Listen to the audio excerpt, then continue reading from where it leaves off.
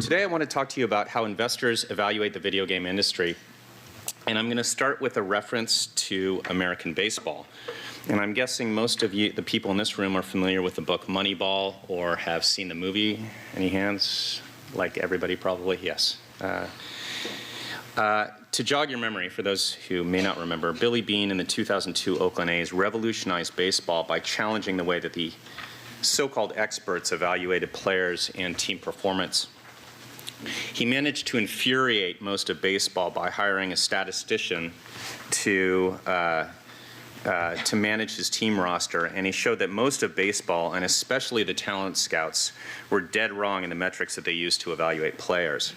Poor players were being systematically and wildly overplayed because they hit home runs or they generated RBIs. By the way, I'm way simplifying Moneyball, of course, so for those of you who are experts, please don't criticize me later. But just for the purposes of summary, the main takeaway, or one of the main takeaways, was that there was a whole other group of players who were massively underpaid. And these guys were invisible to the scouts because they were overweight, or because they ran funny, or they were only good at drawing walks. But it turns out that getting on base is what wins baseball games, and it didn't matter much how you got on base, just as long as you did it. This was highly contrarian thinking. But it took the A's from last place that year to the American League West champions, even though they had a second lowest payroll of all of Major League Baseball. The lesson of the 2002 Oakland A's, of course, went way beyond sports. It encouraged investors and business people to everyone to ask whether their own metrics that they were using to evaluate their businesses had any value at all. So my question today is as follows. When you think about the video games industry, is the best move to invest in companies that are focused on the equivalent of outspending others to get home run hitters? And if so, how do you explain the other companies that are consistently outperforming much of the industry right under everyone's noses using a completely different strategy? Put another way, do you really know how game companies get successful? And are you able to predict with any confidence which ones are going to be the winners before they show you the results? If I do nothing else today, I want to leave you wondering if you should stop fixating on the equivalent of the good-looking, well-spoken player who can hit a home run 5% of the time and strike out the rest, and pay more attention to the slightly weird guy who regularly gets on base. I'm torturing this analogy, and I'm going to be torturing this analogy for the whole presentation, so please bear with me. Quickly on my background, I've been a gamer most of my life. Like most kids growing up in the 70s and 80s in the United States, I played a lot of arcade. My first job in high school was to actually sell video games on Apple IIs in a computer store in San Francisco. This really dates me. This was the early 80s. Of course, it was a 14-year-old, 15-year-old's dream job. But I still play games pretty much every day now. I've been in the industry almost 2 decades. I spent just under a decade running corporate development at Electronic Arts, and I found and drove the acquisitions like DICE and several others that have since become the backbone of that company. I then joined Nexon, first as CFO, and then became CEO in March of 2014. So I've spent most of my career analyzing game companies, and I've noticed that the industry and the analysts that watch it have a widely established orthodoxy when it comes to analyzing and investing in this industry. And that orthodoxy is reflected in the questions that we get asked. So let me illustrate. So on the left-hand side of the columns here are the questions that we typically get asked in an IR setting. This is what PMs and analysts oftentimes ask us. And on the right-hand side, I've got questions that we ask within the industry of each other. So if I go out on an M&A call and talk to a company I'm thinking about buying, I'll ask questions much more along the right-hand side of the table here. And don't worry, we're going to post this so you can take notes on this later if you think this is of any value. But the point of this slide is we get asked all the time, for example, in an IR setting, hey, Game X just dropped 3 points in the app stores. What's up with that? I have never asked this question when I'm doing M&A, not once. And no one who's ever looked at Nexon or tried to figure out how healthy we are, who's from within inside the industry, has asked me that question. But we get this all the time in IR. On the right-hand side are the types of questions that we ask. We'll drill a potential target on what the retention rates are of product X. So you acquire a user, how long do you keep them? By the way, how do you keep on keeping that customer? We'll ask them, what's their live content plan? And are you any good at it? Those are the types of questions we ask because we're trying to look in the future. Now, you could say that these are surface level questions on the left versus much more deeper questions on the right, but I don't think that's really what's going on. It's not that simple. I think something much more fundamental is going on here. I think what's really going on is that the two groups that I just talked about, the left and the right, the investors, public equity investors on the left and the industry insiders on the right, they have vastly different mental models for what causes success in video games. I've noticed public equity investors have had a hard time predicting which companies are going to break out before it happens. And if they focus more on the valuable questions, they'd be much more successful in finding companies the crowd is mostly ignoring. But to ask those types of questions, they need to change their mental models to ones that more accurately represent how game companies actually become successful. Now, here's the good news. The good news is there's not many of them. I'm showing 4 of what I consider to be the biggest. There's several others, but there's not that many of them overall. And the other piece of good news is they're frankly not that hard to understand conceptually. So in the remainder of our time here, I'm going to briefly go through 4 of the most important mental models so that you have what we have in our industry. The first is product lifecycle. You've heard more companies talking about this in the last year or so, and you're going to be hearing a lot more about it in the coming year or so, because a few of the larger Western publishers have discovered what a powerful idea it is and have started to really study how to do it well. So what do we mean by product lifecycle? So this red line that I have here is the widely held perception of a game product life cycle. And this is true in online games or packaged good games or mobile games. It goes up and then it goes down. It's probably the most fundamental mental model or assumption that outsiders have about our business. But it's a mental model because it's true in a vast number of games, especially offline games, and especially in Facebook and then in mobile. We see this over and over again. But there's a few very, very big problems with this mental model. The first is that it's not true for all games. And the exceptions to this model are massive. They're huge. Second, to a person who accepts this as gospel, there's only one question that they need to ask, and that's when's the beginning of the end? That's why they ask us this question so often, and any major online company. Any decline under this model spells doom. There's a third analytical problem, and it's also a big one. You spend way too much time thinking about how a product launches as a judge of its future value, because the bulk of your revenues is going to happen very early on. But you don't spend nearly enough time talking about how a product will last over time.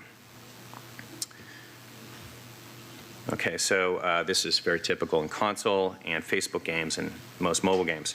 But a healthy online game on any platform will often start small and then grow for a very long period of time. A game may not even get you excited for the first several quarters in terms of revenue. These are the types of games that Nexon makes. And this line is descriptive of Maple Story, Dungeon Fighter, FIFA Online, and more recently Dominations on mobile, as well as several other non-Nexon games. And I've listed a few of them out here. Let's see, my eyes are going bad. League of Legends, Minecraft. Does anybody have kids who play Minecraft? Yeah? Okay, you know what a monster this is? They're probably still playing it several years on. Yeah, my kids too. What actually happens, though, is it's a little more complex than I have it here. It'll fluctuate around the original green line. So sometimes it'll go up, sometimes it'll go down. This is, in fact, exactly what happened with both Dungeon Fighter and Maple Story. And some other time I could walk you through the entertaining ups and downs of our own stock based off of this. We were very sanguine about the ups and downs of the stock. You'll hear us talk over a long term because we understand that this is a very long game. But again, for someone who's got the red line in their mind, any up and down on that green line is going to look like disaster or euphoria. So the obvious implications are we don't get too excited early on. We don't get too worried either early on. When we launched Axe a couple of months ago, and I talked to my team about how they thought the launch went, they said very reflexively, as they should, come back and ask me in a couple quarters or a couple years. We'll see how we feel then about whether it's a hit. Because a hit is only a hit in our business if it's been a hit for a very long time. The other big implication is lots of bad M&A and lots of bad stock prices are based off of a misunderstanding of this fundamental mental model. People get too excited about the near term and they forget that the way money is really made in multiplayer games is usually over the long term. So I'll give you a couple examples. It was really clear to anybody who was able to look early on at the numbers from League of Legends, from a company called Riot in California, that the game had phenomenal consistent growth early on, and that it had great KPIs that would lead to continued consistent growth. But most of the industry, this was 2009, 2010, most of the industry was utterly ignoring these guys. They wanted to talk to us about Facebook games. And we all know how that turned out. But Riot just continued to get bigger and bigger. As a side note, we tried to buy Riot several years ago before they sold to Tencent. It was about a year before our IPO. And we just ran out of money, very unfortunately. Had we been a public company, it may have been a different story. By the way, you could tell the exact same thing about Minecraft early on as well, in 2011. Neither game exploded early on, but they both ended up being monster hits over time. Very true also about Dungeon Fighter and MapleStory. No one was paying attention to those games in the first 5, 6 years of existence. So in M&A, we ask a lot of really hard questions about what the company is doing to sustain and grow the game, no matter whether it's currently considered a hit. And making a game last and grow is an extremely hard art form, and one that only a few companies in the world do really well and very consistently. We also, by the way, ask a lot of questions about monetization strategy, because over-monetization is one of the most common mistakes in the games industry, in the online games industry, because it's so easy and so tempting to do. But over-monetizing kills longevity, so you have to really watch out for that. Okay. So I've put a picture of the real Billy Beane here, because the things that people think really sustains a game is oftentimes different than what people oftentimes think about sustaining a game is very different than what people do under the hood. To give you a sense of what it takes to avoid the red line that I talked about in the last slide and stay on the green line, I've listed a few categories of things you need to do really well. This is a very difficult art, and experience really counts. I'm going to say this over and over again. Experience really matters in this because it's really easy to get wrong. So one category, obviously, is content updates. This is things like characters and classes and maps and items. A really experienced online game company will spend between 50 to 70% of its total game development spend on investment in live game development. That's games that are already out in the market. That developer will also plan its content updates a year or more out. You also have to spend a lot of time tuning and balancing between the characters in the virtual world. If you make even a single character or weapon overpowered, you've hurt the balance or the fun for every other character in that game world.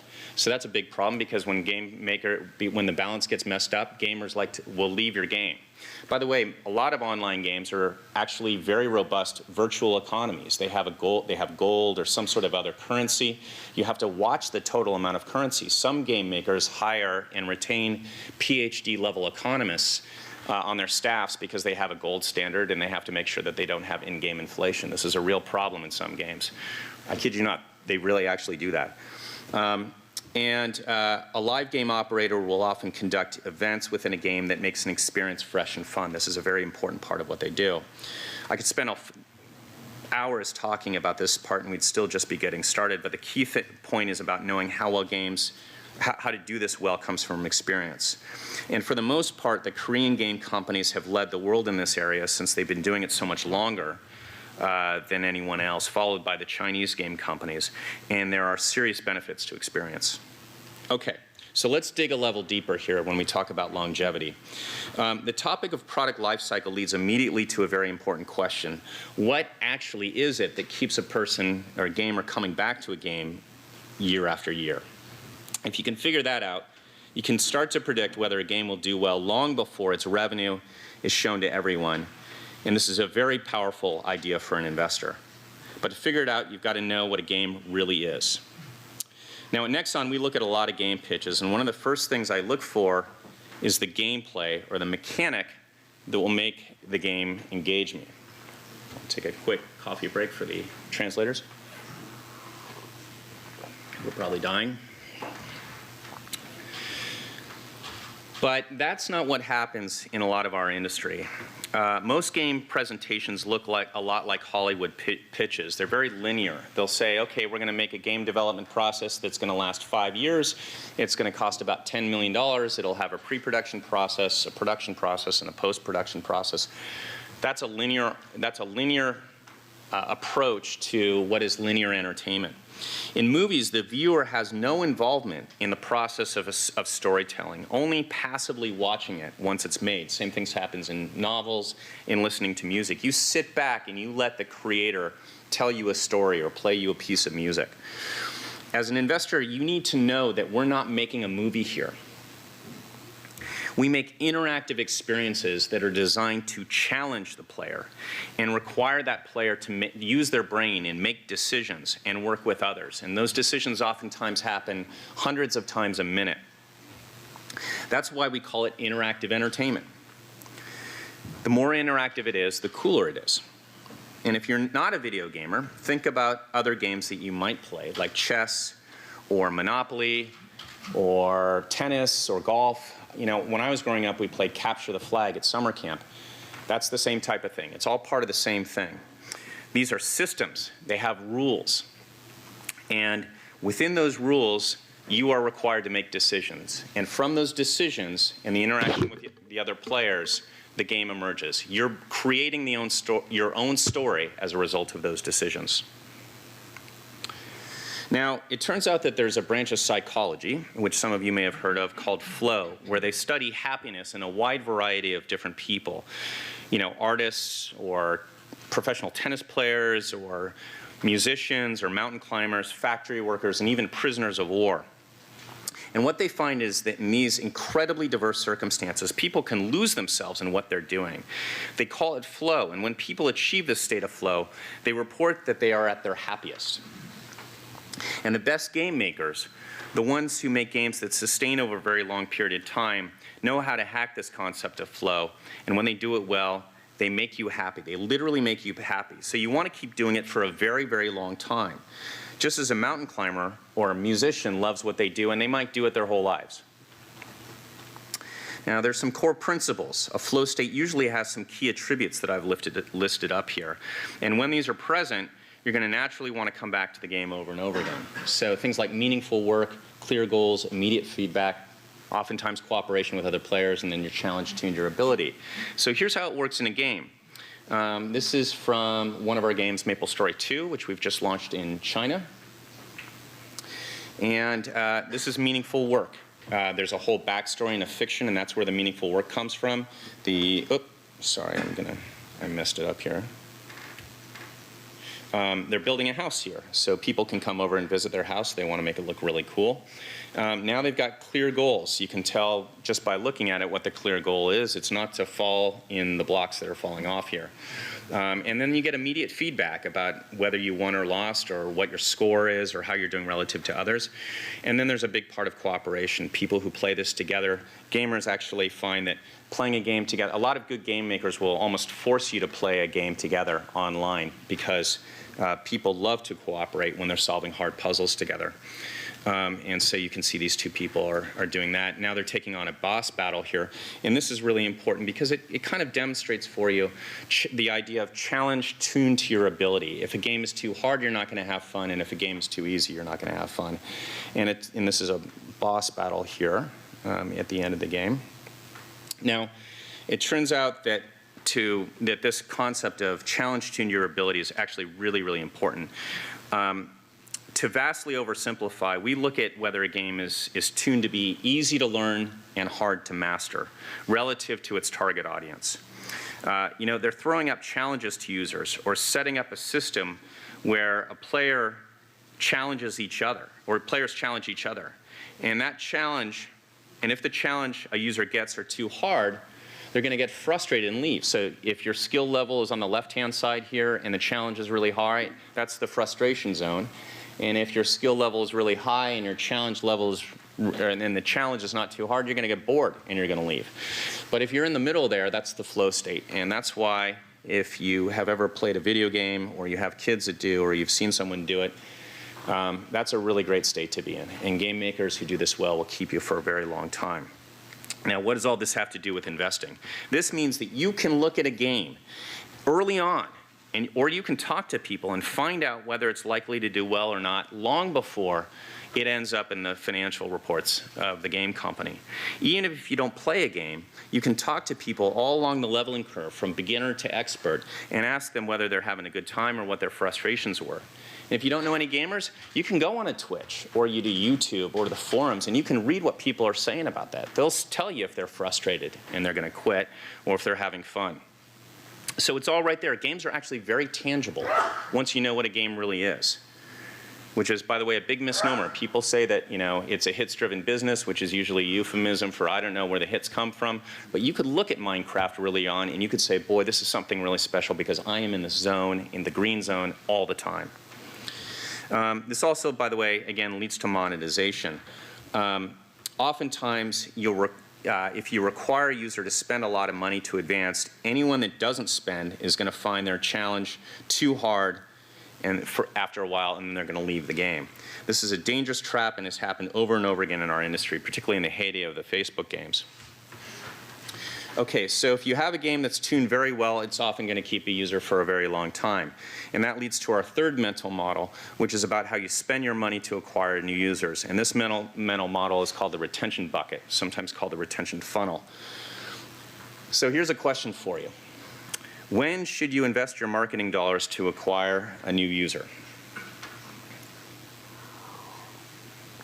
Don't worry, I won't call on anybody.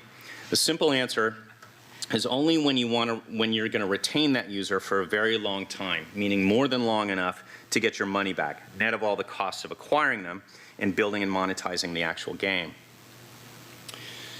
So you've got users acquired at the top, and then you retain them for a certain amount of time, and then if they don't stay, that's called churn. You should obviously not pay up to acquire a new user if they'll stay for a very short period of time, since you'll never make your money back. Now, as obvious as this sounds to a group of ROI-driven fund managers and analysts, making this mistake is exactly what most of the companies have done in my industry for the last 5 years, especially in mobile. And why would they do that? Because they want to drive their game up the App Store charts. And that's the measure, because that's the measure that everybody is looking at, especially if they're private companies. They're trying to do that to impress the venture capital guys. And there is a lot of dumb money in the venture capital world chasing the games industry.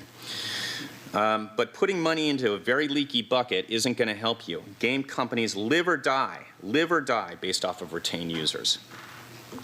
What's this mean for investors? It means the App Store charts are going to often mislead you.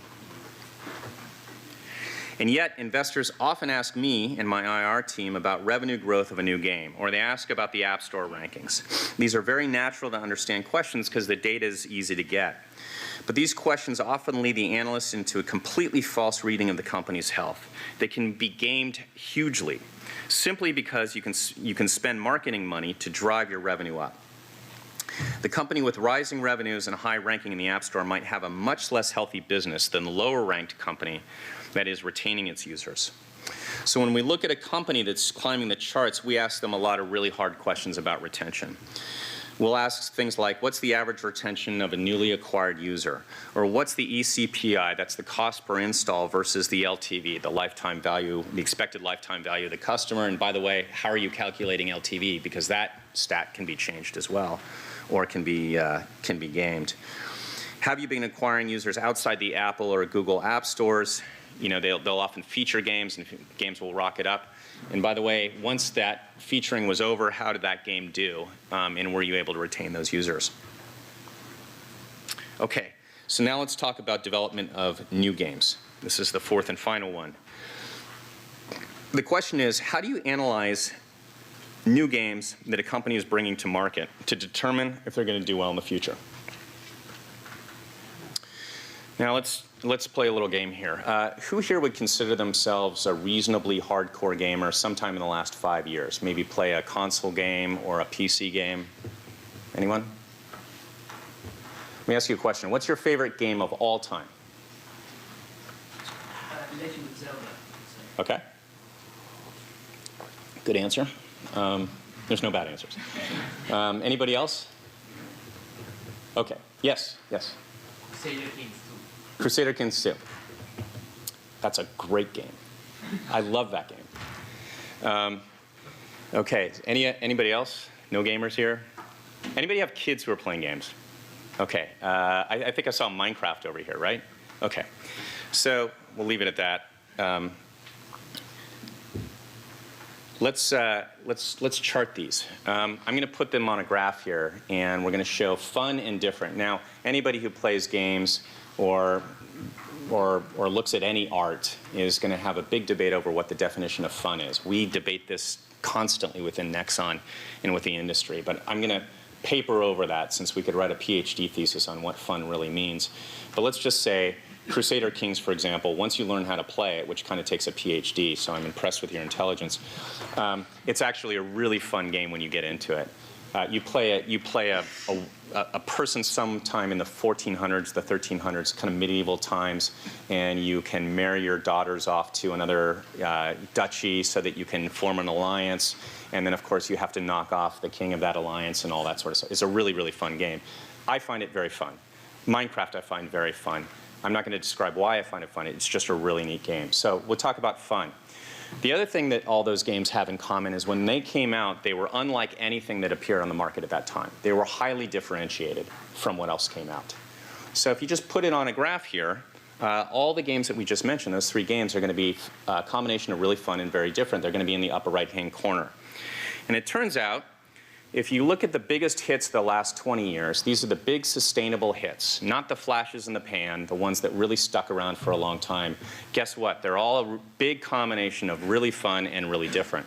So for example, when I joined Electronic Arts in 2000, The Sims had just come out. This was a monster hit that shocked everybody. Nobody saw it coming, but it was a huge hit that almost single-handedly brought back the PC games business in the United States in the early 2000s. Right after that, Grand Theft Auto 3 came out. Again, nothing like it. People looked at Grand Theft Auto 3 and they were like, my mind is blown at what you can do with this game. Civilization, what else do I have here? Final Fantasy when it first came out, Clash Royale more recently, Minecraft, Mario. These games were all highly different. By the way, they were all the biggest financial successes in our industry. League of Legends would be in the upper right-hand corner as well. Okay, now what does most of my industry do? They're way over there on the left-hand side. This was especially egregious during the Facebook days, call it 2010, 2011. They'd say, we are going to do the fast follower strategy in Facebook games. And what's the fast follower strategy? Oh, there's a game mechanic that really works, so we are going to copy it really quick. And then we are going to bring our big user base to that game, and it's not going to be very differentiated. But we know that this game mechanic works. This is for people, it's kind of like, you know, how Warren Buffett says, if you're a dumb money investor, you buy an index fund because at least you're respecting the fact that you're a dumb money investor. But if you're a know-something investor, you're going to go out and you're going to go invest yourself. This is the dumb money investing version of game development. But guess what? People are still doing this in the games industry. It's endemic in the whole industry. We meet with company after company in the M&A team where they'll say, well, we're making something kind of like Clash of Clans, but it's slightly different. And we're going to throw a little second-rate IP on top of it. They call that, the euphemism is they call that fast follower. What it means is copycat, but we all know that copycat means commodity. And in a commodity business, you're lucky if you get 0% margins after all your expenses are paid. And this is what 95% of the companies that we talk to that we would otherwise want to buy tell us. But it actually gets much worse than this because making a game is really hard, even when you're copying a game that's already out there. So what do most companies do? They try to make a game that's just like another game and it's not nearly as good. and they fail. So 90-ish, 95%, just by our own viewpoint, of the game developers out there are in the lower left-hand corner, and all the money's in the upper right-hand corner. So in M&A, we usually have a lot of discussion about how the target thinks about their new games. And if they say, well, we're trying to lower our risk, or we're making something kind of like Clash but slightly different, we run for the hills. Because that almost never works. If they say the game we're making is going to be very different from what came before, then we get really interested. And then we dig in to determine whether that game developer can really pull it off. Because actually making a game is really hard to do. Okay, so these are the 4 mental models. I'm watching our time here to make sure we have enough. And you can use these mental models to help think about games and help predict the future, which is, I think, the business that you really want to be in. The first is about the ability to make a game life cycle much longer than what most people think. The second is about anticipating whether users will retain long before it shows up in the revenues. The third is about retention measurement over revenue measurement. And the last is about where hits come from when developing new games. I've obviously oversimplified things too much, but these are the basic outlines of a way to think about the games industry that's much different than what's going on. And used right, the mental models are going to give you a much clearer picture of how a game company will do over time. And this will help you determine whether there's a valuation gap, since the market oftentimes gets these things wrong. And I would posit that based off of my experience at least, these models are usually considered heresy. And certainly most of the industry has been acting as if they're not true, despite the overwhelming evidence to the contrary. So with that in mind, you can understand why I'm really excited about Nexon. I'm going to talk about Nexon briefly, and then a little bit about the future of our industry. I'm really excited about Nexon. You know, it's a company that reminds me a lot of the 2002 Oakland A's. And our games and our company are often overlooked by the scouts, since on the surface, we don't look like the established model of what a successful game company is supposed to look like. You know, I mentioned that I used to run corporate development in electronic arts, and for the entire time that I was at EA, Nexon was at the top of my M&A target list. I actually made 3 formal attempts to buy the company, and 3 times I was turned down, and they actually invited me to come over each of those times. And shortly after the final attempt, I gave up and decided to join the company myself, first as CFO and then later as CEO. The company was founded in 1994 in Korea, and since then we've grown to be one of the biggest game companies in the world. Our largest region is China, our second largest is Korea, and our third largest region is Japan, where we're now based. We went public on the first year of the Tokyo Stock Exchange in 2011. Thank you very much, our friends from Nomura, for leading that process for us. Today, Nexon generates about $1.8 billion in revenue, which is quite a bit bigger than during the IPO, and consistently runs operating margins in the 30 to 40% range. By the way, note the decline in 2016 here, if you can't read those numbers. That was a result of currency fluctuation since we report in Japanese yen. If that didn't happen, if the currency fluctuation didn't happen, it would have shown the same consistent, smooth upward growth. But despite that hugely consistent growth, we are generally much, much more ignored than the rest of the industry, at least by public equity investors, which is okay by us as long as our business continues to be healthy. And I'll give you 3 examples of Nexon's very healthy portfolio. These examples are kind of like the undervalued player who habitually gets on base and in doing so wins the games, but is not looked at as something that the industry usually determines when they see a big hitter. Maple Story, which is, we've got 2 that look exactly the same, so it looks like 6, but the far left one here is Maple Story.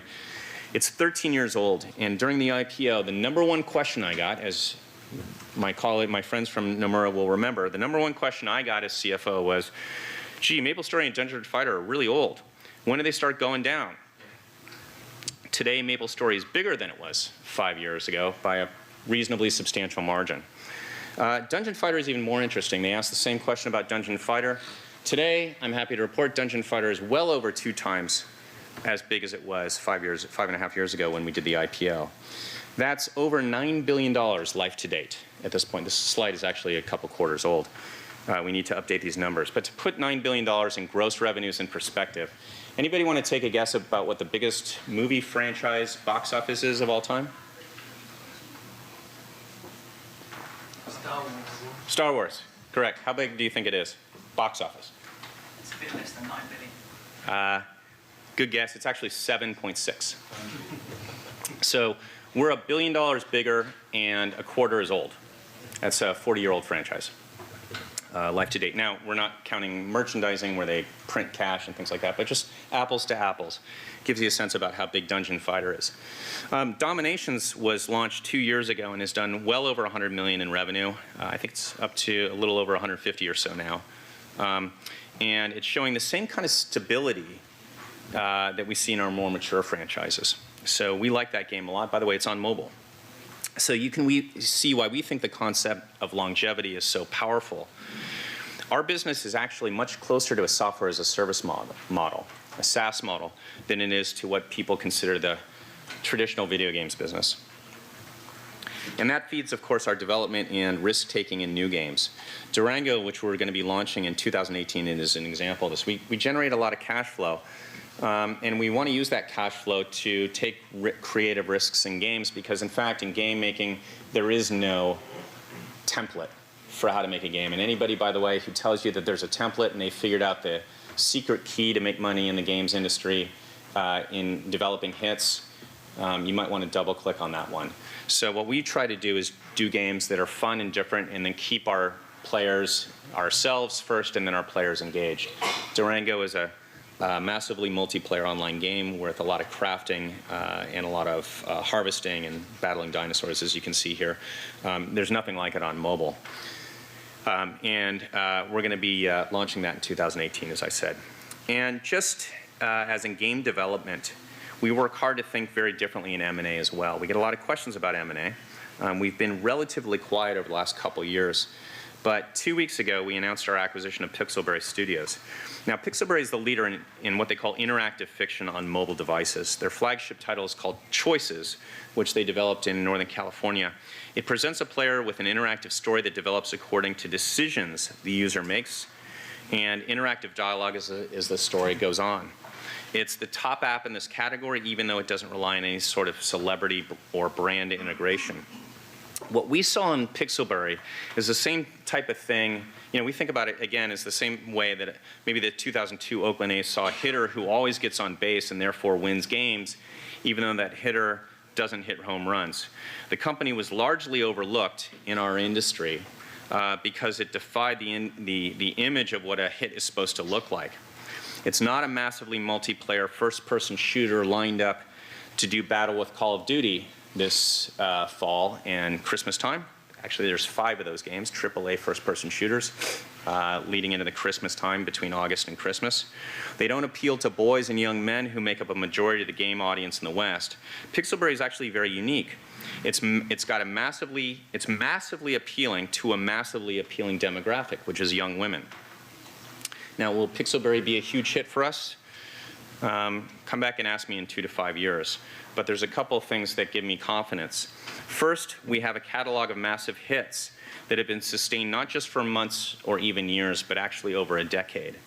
We're good at sustaining games, and sustaining and growing games over a long period is a very unique art.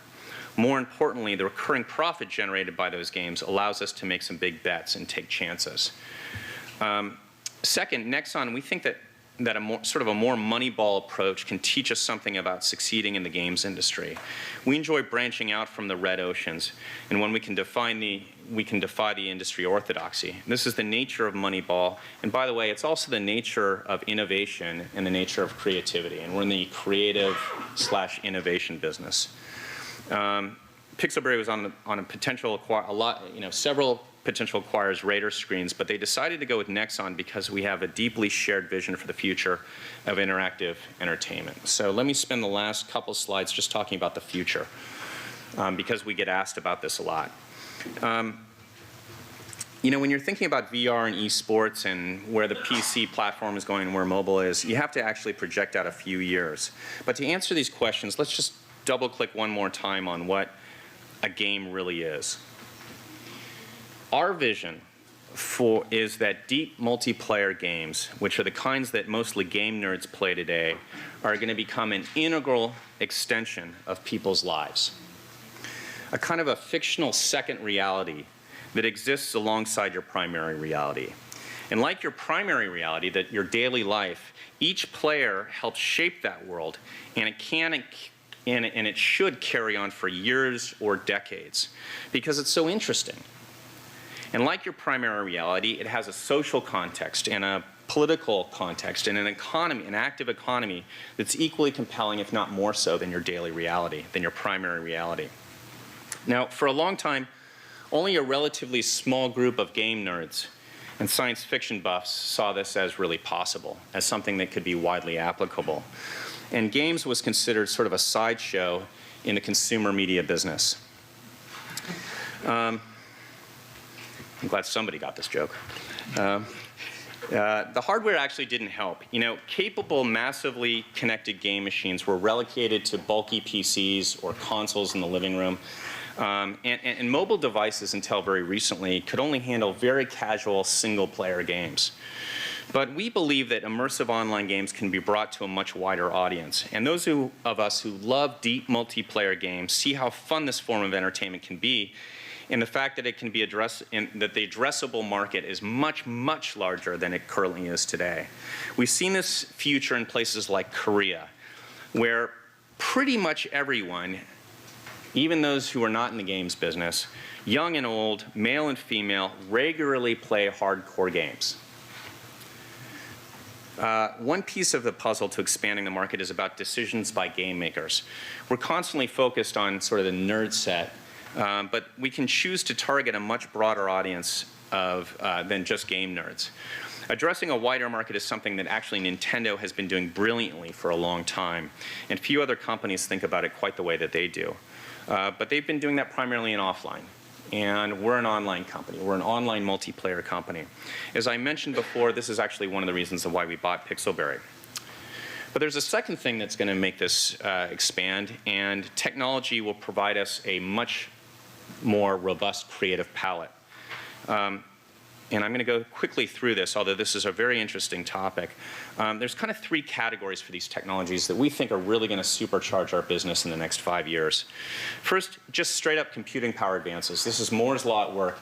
If you look at an iPhone 10 now and you look at the graphics processing unit and the networking layer in that thing, boy, is that a workstation quality device in your pocket. It's really an amazing set of advances that have happened just in the last 5 or 7 years. You could buy a high-end PC a few years ago, and that's now your iPhone 10.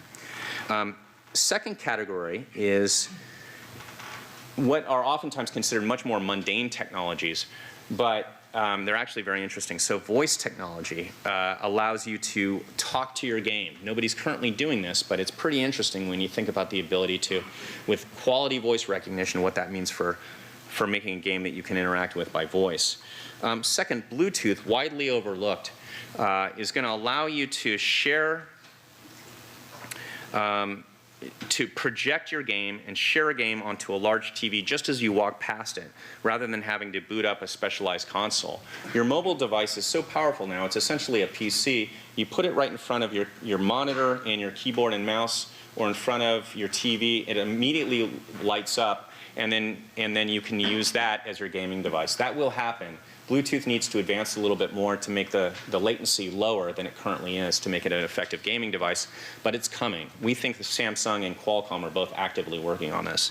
And then, of course, augmented reality. We're much less interested in VR for usability reasons, but augmented reality is eventually going to hit the scene, and that's going to be really cool when your physical environment and your fictional environment are seamlessly integrated, and anybody can use it.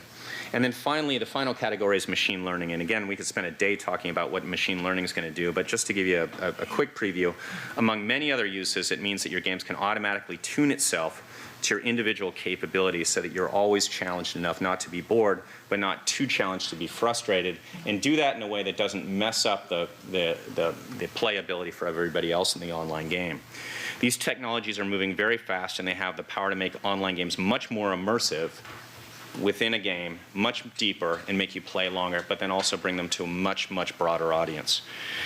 But all the cool technology in the world will not matter if you don't know how to make a game fun and last for a long time. And our industry is littered with great new technologies combined with bad game experiences, and they always ended up in disaster.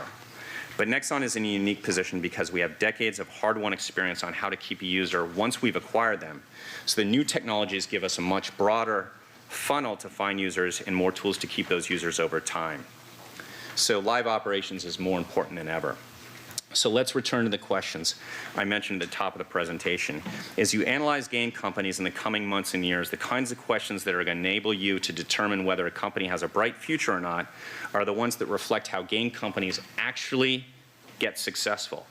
They don't get successful by a straight formula of putting graphics fidelity first or a copycat strategy or trying to be more like a movie.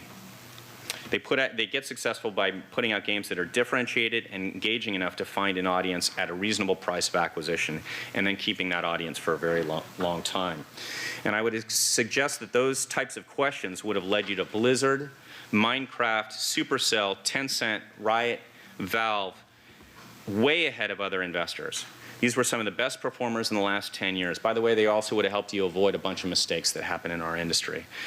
But those great game companies were widely ignored early on. And it would also have led you to buy Nexon at 800 yen per share, which is where it was trading 3 years ago. So now that I've made the life of my IR team a lot harder, I thank you very much for your time. And if we have any time, we can take questions. Thank you very much, Owen-san. It's very valuable presentations. I'd like to take one or two questions. Yes, please. To continue with your Moneyball analogy, and for past reference, Star Castle and Defender. That'll take you back a ways. You know, one of the premises that made Moneyball work was that they found players that had few options that they could get for league minimum. Mm-hmm. Take Pixelberry as a for instance. What did you pay for it? How did you value it? And since you are acquisitive, do you find similar circumstance? So the answer to the first question is we haven't announced what we paid for it. We're not looking to give our exact template to everybody who competes with us. We found that a lot of companies actually look at what we do pretty closely. I can tell you that it was profitable, it was growing nicely, and most importantly, the KPIs that made up the revenue were very healthy to us. So these are all the questions that I was talking about before, like retention and so on. I think your second question, your last question was about, are there more like that? Well, we've actually been pretty quiet on M&A recently because we think that right now a lot of game companies, not all of them, are pretty fairly valued or pretty fully valued, especially in the public equity markets. So, present company excluded, of course. I'd say that jokingly. I don't have an official comment on our stock price, of course. But it's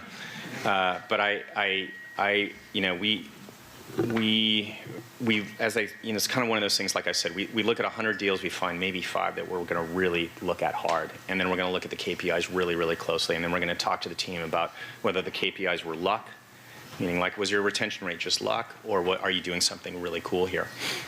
Taking Riot as an example, when we talked to Mark and Brandon, this is before we were public, this was 2010, I remember it was Christmas Eve, trying to get those guys to come to Nexon. They were so inquisitive about how we did what we did. And they were just students about how to make a game user retain for a long time. That's the model we want. If there were 10 of those companies, our whole industry would be a lot healthier. But there's not right now. But these things go in waves.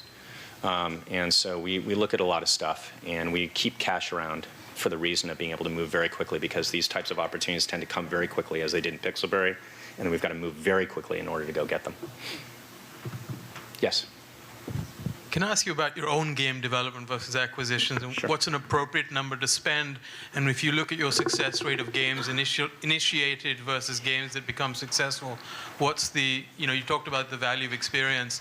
What's the metric that you think is an appropriate metric? What have you achieved in the last, I guess, 10 years? Sure.